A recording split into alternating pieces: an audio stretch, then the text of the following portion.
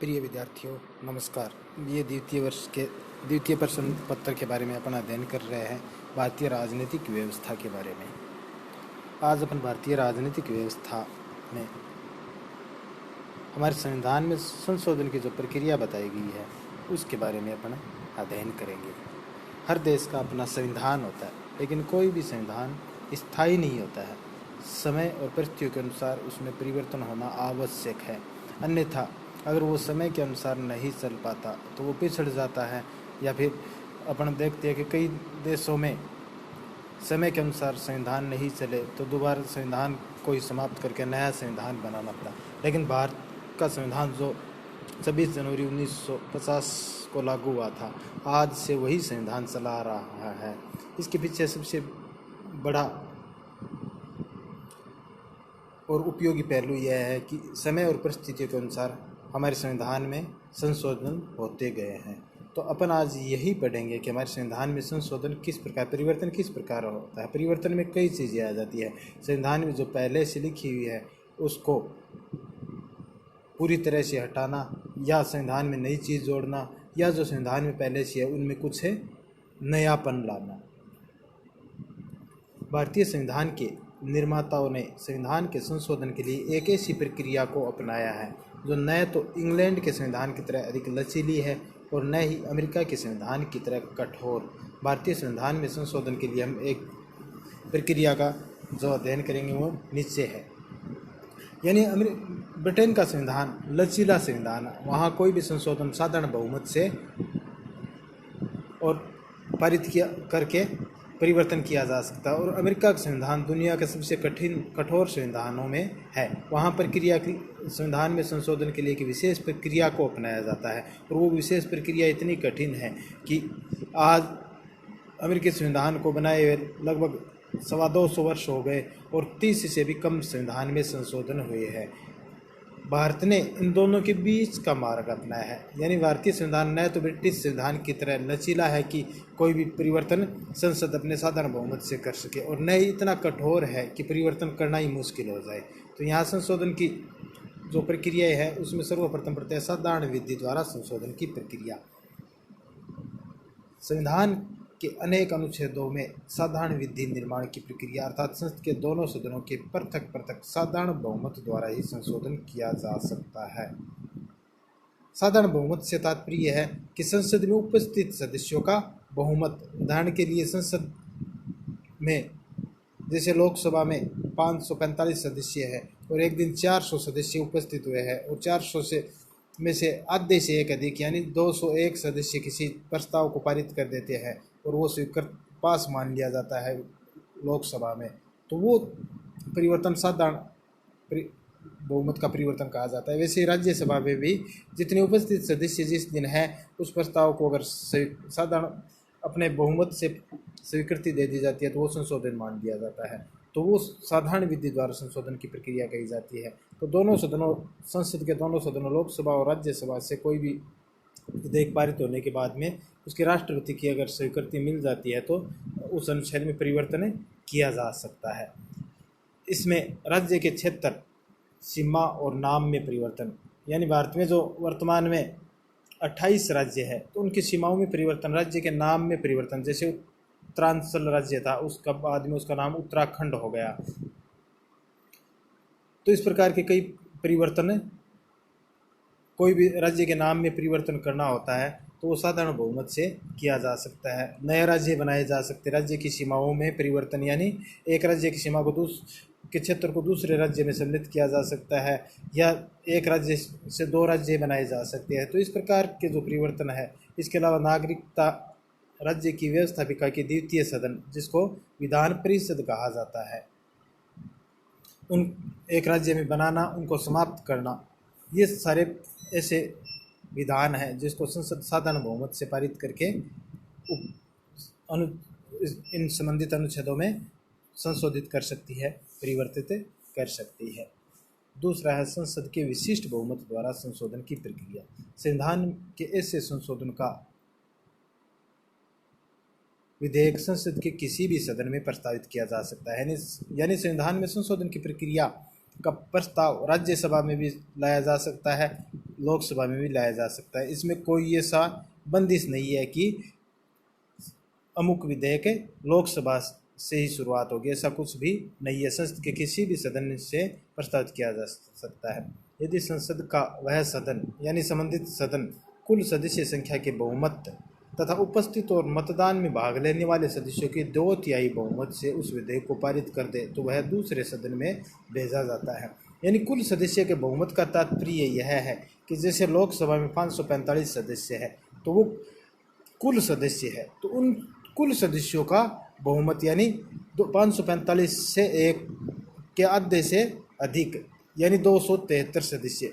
ऊपर अपन बात की साधारण बहुमत में, उसमें कुल सदस्य की बात नहीं की है, उपस्थित और मतदान में भाग लेने वाले सदस्य का बहुमत। जबकि विशिष्ट बहुमत में उपस्थित और मतदान के बजाय कुल सदस्यों का बहुमत और जिस दिन उस सदन में सदस्य उपस्थित है उस सदस्यों का 2/3 बहुमत। उदाहरण के लिए अगर 400 सदस्य उपस्थित है तो उसका 2/3 सदस्य एक पक्ष में उस प्रस्ताव के पक्ष में वोट देते हैं। यानी यहाँ दोनों चीज़ें, कुल सदस्यों का बहुमत होने चाहिए आधे से अधिक, और जिस दिन सदन में उपस्थित सदस्य है उनका 2/3 हिस्सा यानी 100 में से 66 सदस्य। तो जितने सदस्य उपस्थित है उसका 2/3 बहुमत से एक विधेयक अगर एक सदन में पारित हो जाता है तो वो दूसरे सदन में भेजा जाता है और फिर दूसरे सदन में भी यही प्रक्रिया अपनाई जाती है। जैसे राज्यसभा में विधेयक पारित हो गया विशेष बहुमत से तो फिर लोकसभा में जाएगा और लोकसभा में भी वही प्रक्रिया अपनाई जाएगी, कुल सदस्यों का बहुमत और उपस्थित सदस्यों का 2/3 बहुमत। अगर दोनों सदनों से वो संशोधन विधेयक पारित हो जाता है उसके बाद में राष्ट्रपति के पास से अनुमति के लिए जाता है और राष्ट्रपति के हस्ताक्षर होने पर वो संशोधन अधिनियम मान लिया जाता है। तो इसमें मौलिक अधिकारों से संबंधित अगर संशोधन करने हैं, नीति निर्देशक तत्वों से संबंधित संशोधन करनी है तो वो इसी संशोधन प्रक्रिया के तहत किया जा सकती है।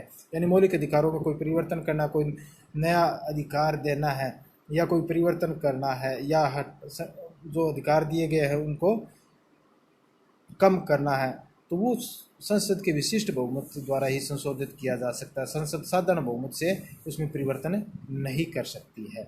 इस प्रकार ये दो के बाद में एक तीसरी जो सबसे कठिन प्रक्रिया वह संसद के विशिष्ट बहुमत के साथ साथ राज्य विधानमंडलों का अनुमोदन, यानी जो नंबर 2 में संशोधन की प्रक्रिया है उस प्रक्रिया के साथ साथ भारत के आद्य राज्य कम से कम आद्य राज्यों की विधानसभाओं की स्वीकृति मिलने पर ही इस प्रकार के संशोधन होते हैं। इस प्रक्रिया के तहत संशोधन के लिए संसद के विशिष्ट बहुमत से विधेयक पारित होना चाहिए, यानी संसद के विशिष्ट बहुमत से तो पारित होना चाहिए, यानी दोनों सदनों से विशेष बहुमत से, और फिर वो विधेयक राज्यों के पास भेजा जाता है और राज्यों के कुल विधानमंडलों में से कम आधे विधानमंडल अगर स्वीकृति दे देते हैं तब वो राष्ट्रपति के पास से भेजा जाता है और राष्ट्रपति की स्वीकृति मिलने पर वो संशोधन मान लिया जाता है।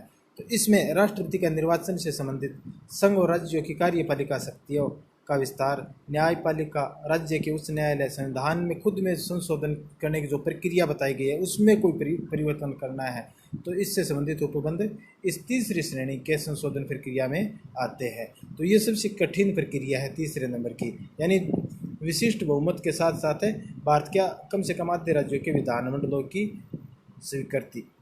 तो इस प्रकार अपन देखते हैं कि भारत के संविधान में बहुत सारे संशोधन साधारण बहुमत से भी पारित किए जाते हैं, कुछ संशोधन विशिष्ट बहुमत से पारित किए जाते हैं, कुछ विशिष्ट बहुमत के साथ साथ है राज्यों को भी इसमें संशोधन की प्रक्रिया में सम्मिलित किया गया है। लेकिन यह बात ध्यान रखने की है कि कोई भी संशोधन विधेयक वो संसद में ही प्रस्तावित किया जाता है, राज्यों की तरफ से कोई भी संविधान संशोधन प्रस्ताव नहीं लाया जा सकता है।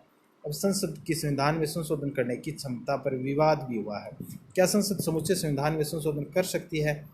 सर्वोच्च न्यायालय ने इस विषय पर अलग अलग निर्णय दिए, यानी समय के अनुसार सर्वोच्च न्यायालय ने खुद ही अपने निर्णय को बदल दिया है। लेकिन 1973 में केशवानंद भारती विवाद में सर्वोच्च न्यायालय ने जो निर्णय दिया वह निर्णय ही अंतिम रूप से आज तक मान्य है। वो निर्णय क्या था? सर्वप्रथम शंकरी प्रसाद बनाम बिहार राज्य विवाद में 1952 में सर्वोच्च न्यायालय ने अपने सर्वसम्मत निर्णय में इस बात को स्वीकार किया कि संसद मूल अधिकारों से संविधान में किसी भी भाग में संशोधन कर सकती है।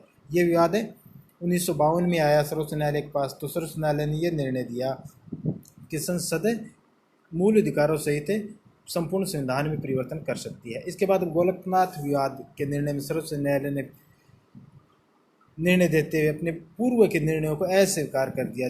जैसे अपन ऊपर बात करें 1952 के शंकरी प्रसाद बनाम बिहार, उसमें परिवर्तन कर दिया। न्यायालय ने निर्णय दिया कि संसद को संविधान के भाग 3 यानी मूल अधिकारों के किसी भी उपबंध को इस तरह से संशोधन करने का अधिकार नहीं होगा कि मूल अधिकार छिन जाए यानी सीमित हो जाए।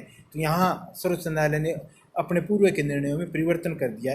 परिवर्तन ये किया, ऊपर के निर्णय में था कि मूल अधिकारों से संविधान में परिवर्तन कर सकती है, और यहाँ गोलकनाथ विवाद में सर्वोच्च न्यायालय ने निर्णय दिया कि वो मूल अधिकारों को सीमित या कटौती नहीं कर सकती। अब आता केशवानंद भारती विवाद जो 1973 में सर्वोच्च न्यायालय ने निर्णय दिया। इसमें मूल ढांचे की धारणा की स्थापना हुई। केशवानंद भारती बनाम केरल राज्य विवाद में संविधान के 24वें तथा 25वें संशोधन को चुनौती दी गई। इस विवाद पर सर्वोच्च न्यायालय ने अप्रैल 1973 में निर्णय दिया। इस निर्णय की दो प्रमुख बातें हैं। प्रथम, संसद मूल अधिकार सहित संविधान की किसी भी व्यवस्था को सीमित, संशोधित या परिवर्तित कर सकती है। यानी ये चीज़ तो इस निर्णय में दी गई कि संसद मूल अधिकार सहित संविधान की किसी भी व्यवस्था में परिवर्तन या संशोधन कर सकती है। और दूसरा दिया, लेकिन संसद संविधान के मूल ढांचे को, यानी उनका जो मूल ढांचा है, उसको नष्ट नहीं कर सकती और न ही उसे बदल सकती है। अब मूल ढांचा क्या है, इसके बारे में उस समय सर्वोच्च न्यायालय ने कोई रूपरेखा निर्धारित नहीं की। तो इस प्रकार इस निर्णय में संविधान के मूल ढांचे की धारणा का प्रतिपादन किया गया। इस निर्णय को सर्वोच्च न्यायालय ने मिनर्वा मिल्स विवाद जो 1980 में है उसमें भी दोहराया गया। यानी संविधान में एक मूल ढांचा है, उसमें संसद कोई परिवर्तन नहीं कर सकती। तो वो आज तक मूल ढांचे की बात है, जो निर्णय दिया था 1973 में, वो आज तक कायम है। उसके बाद में इसमें कोई परिवर्तन, मूल ढांचे से संबंधित निर्णय में कोई परिवर्तन नहीं किया गया। तो अपन आज देखा है कि संविधान में संशोधन की जो प्रक्रिया है भारत के संविधान में, वो विस्तार से अपन पढ़ी है कि किस प्रकार संविधान में संशोधन संसद कर सकती है, संसद की क्या भूमिका है, राज्यों की क्या भूमिका है। और उसके बाद में मूल ढांचे के बारे में अपन पढ़े हैं कि समय समय पर सर्वोच्च न्यायालय ने संविधान में परिवर्तन से संबंधित जो संशोधन किए हैं संसद ने, उस पर सर्वोच्च न्यायालय ने क्या निर्णय दिए हैं। तब आगे नए टॉपिक के साथ दोबारा हाजिर होंगे। तब तक के लिए नमस्कार।